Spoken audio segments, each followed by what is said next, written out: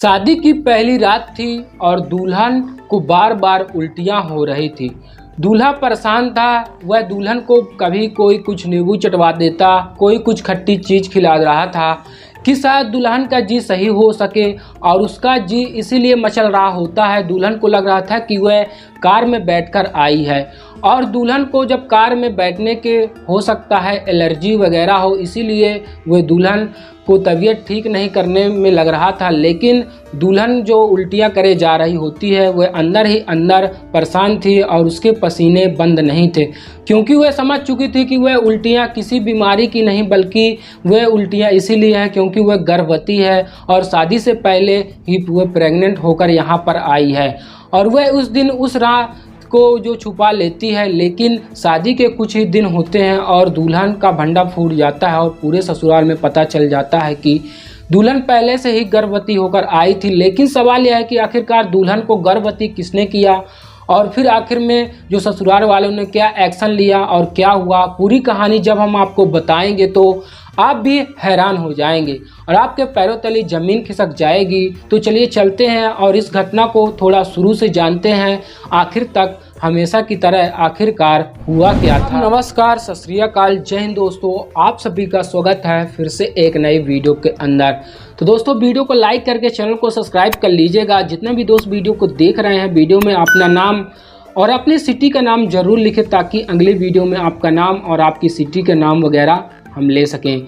मैं छोटू भैया आज की सच्ची घटना में आपको सुनाने जा रहा हूं। ये सच्ची घटना है वह उत्तर प्रदेश के लखनऊ की और वहीं का एक पारा कोतवाली है और उसी थाने के अंतर्गत एक गांव की जो रहने वाली लड़की है जिसका नाम नेहा होता है।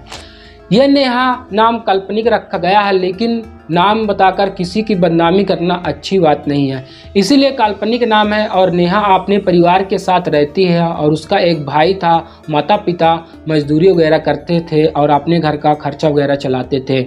जो माँ थी वह घर घर जाकर काम करती थी। आज से 8 महीना पहले ही नेहा का रिश्ता कर दिया जाता है वहीं एक पास के एक लड़के से। और रिश्ता होने के बाद जब सब कुछ बिल्कुल ठीक ठाक चल रहा होता है, वहीं 15 अप्रैल को नेहा की बारात आती है और बारात आने के बाद परिवार वाले खूब अच्छे से धूमधाम से नेहा की शादी करते हैं और उसको विदा कर देते हैं। और विदा होने के बाद नेहा अपने ससुराल में पहुंच जाती है। अब ससुराल में आने के बाद क्योंकि नेहा कार में बैठी हुई थी और जो उसका पति था वो रूम में लेकर उसको नेहा को पहुंच जाता है। अब जो बातचीतें जो सिलसिला शुरू हो जाता है और उसी बीच से नेहा को उल्टियां होना चालू हो जाती हैं। इसका मतलब कि बार बार उल्टी होती है। परिवार के लोगों से दुल्हन जाकर कुछ चीज़ें ले आते हैं जिससे उल्टियां बंद हो जाएं। सबको परिवार वालों के लोगों को यही लग रहा था कि शायद ये उल्टियां इसीलिए हो रही हैं कि मतलब दुल्हन कार में आई है और कार में मतलब बिल्कुल दिक्कत होती रही होगी। बहुत सारे लोगों को उल्टियां होती हैं और परिवार के लोग को यही मान रहे थे। और उस टाइम पर नेहा को खट्टी चीज़ें खिला दी जाती है जिससे कि सही हो जाए, जो उसका जी मचल रहा था वो ठीक हो जाए, शांत हो जाए। वक्त गुजर जाता है और नेहा को अब 2-3 दिन के बाद उल्टियां होना शुरू हो जाती हैं।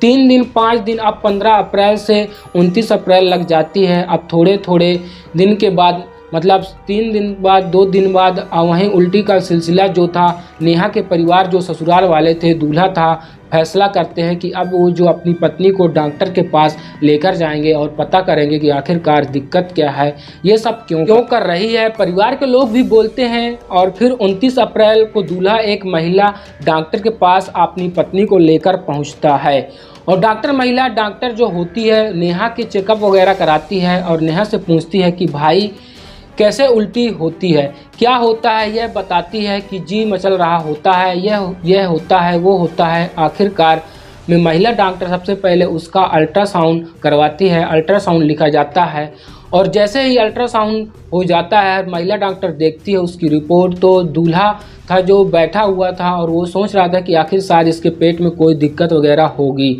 इस वजह से नेहा को उल्टियाँ होती है और उसका चेकअप कराया गया है। लेकिन जैसे ही दुल्हन जो डॉक्टर थी वो अल्ट्रासाउंड देखती है और अल्ट्रासाउंड दूल्हा को बताती है, जो खुशी की बड़ी खुशी की बात है कि आप जल्दी पिता बनने वाले हैं। ये सुनते ही दूल्हा जो होता है उसके चेहरे की हवाइयाँ उड़ जाती हैं कि शायद महज उसके 15 दिन आए हो गई उसकी दुल्हन, और दुल्हन मतलब गर्भवती है। और बोलता है कि लेडी ये डॉक्टर जो होती है उससे बोलता है कि क्या इसको उल्टियाँ जो हो रही थी उसी दिन से हो रही हैं जिस दिन से इसकी शादी पहली रात थी। और फिर जो महिला डॉक्टर थी वो बोलती है कि जो इसके पेट में जो आपकी दुल्हन का मतलब बच्चा है वो लगभग 1 से 1.5 महीने का है, मतलब 1-1.5 महीना पहले ये गर्भवती हुई है और 1-1.5 महीने हो चुका है। ये सुनते ही फ़ौरन दुल्हन अपने पति परिवार जो अपना उसका होता घर फ़ोन करता है और बताता है कि हमारे साथ धोखा हो गया है। और जो पत्नी है वो शादी से पहले ही गर्भवती होकर आई थी और जो सुहाग रात पर उल्टियाँ हो रही थी वह इसीलिए हो रही थी क्योंकि वह गर्भवती थी।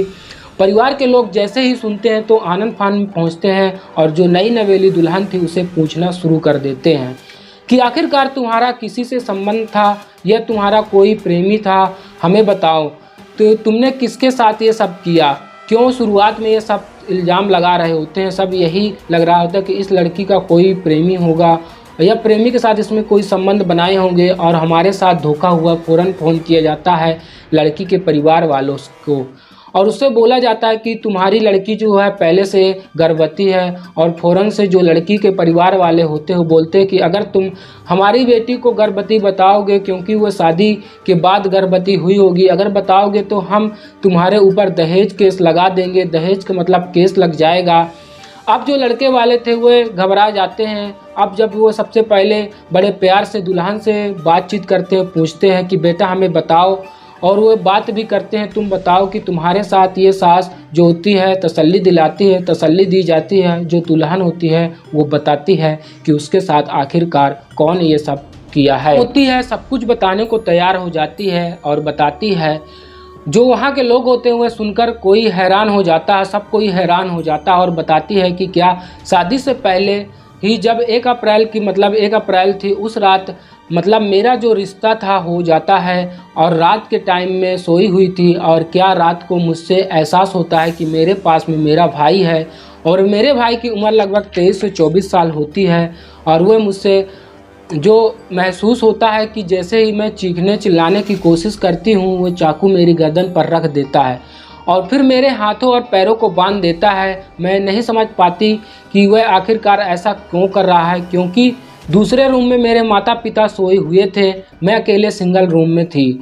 वो चाकू उसे डराता है, धमकाता, हाथों पैर बांधकर उसके वहाँ साथ में गलत काम करता है और गलत काम करता है। उस टाइम पर वह मैं नहीं चीखती क्योंकि मुझे लग रहा था कि जब मेरा भाई इस हवस के ऊपर से उतरा हुआ होगा तो हो सकता है वह अपने आप को बचाने के लिए मुझे भी मार डाले, और इसलिए मैं चीखती चिल्लाती नहीं। और फिर जब मेरा भाई अपनी हवास पूरी तरीके से वहाँ से चला जाता है मिटाकर, तो वह सुबह होने के बाद मैं जब अपनी माँ को बताती हूँ तो अपनी माँ पिता को बताती हूँ, सब लोगों को पता चलती है तो वो भाई से कुछ नहीं बोलते बल्कि मुझे ही बोलते हैं कि ये बात सब किसी को नहीं बतानी है, अगर हम किसी को बताएंगे तो तेरी शादी टूट जाएगी, हम लोगों को यहाँ रहने के लायक नहीं बचेंगे। इसीलिए वह भाई से कुछ नहीं बोलते और फिर ये बोलते हैं कि इस बात को छुपाना है, किसी को भी नहीं बताना है, कुछ दिन के बाद तेरी शादी हो जाएगी और बात ख़त्म हो जाएगी। यही बात मेरे भाई ने मुझसे बोली थी कि शादी है, अगर तू किसी को कुछ बोलोगी तो मैं जान से मार दूंगा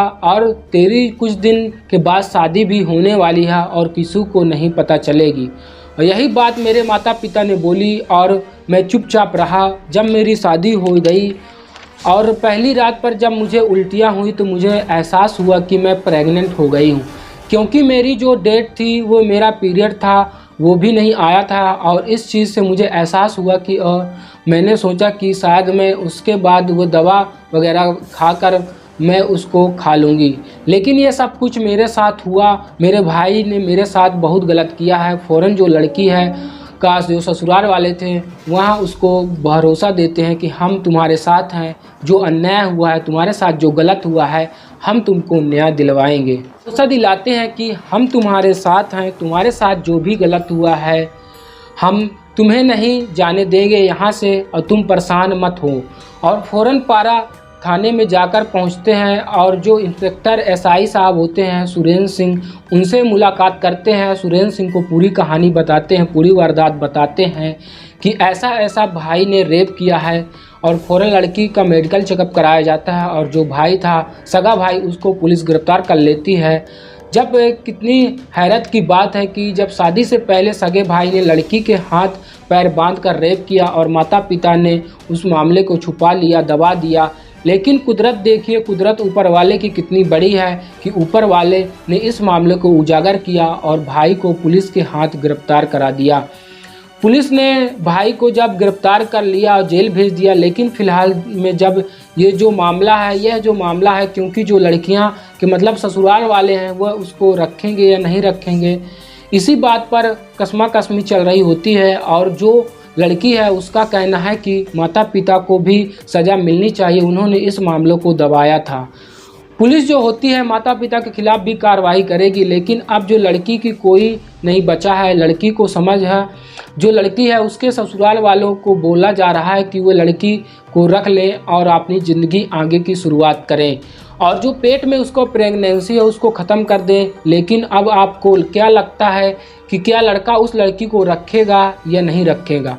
फिलहाल में ये बहुत सारी बड़ी चीज़ें निकल के आती हैं, क्योंकि हमारे देश के अंदर इन चीज़ों को बहुत ज़्यादा महत्व दिया जाता है कि अगर लड़की शादी से पहले किसी के संपर्क में आती है या फिर किसी की गर्लफ्रेंड होती है, किसी के प्रेम प्रसंग चल रहा होता है, जिस लड़के से शादी की जाती है और उन चीज़ों को बहुत ज़्यादा गंदा समझता है और फिर वह उस लड़की से शादी नहीं करता।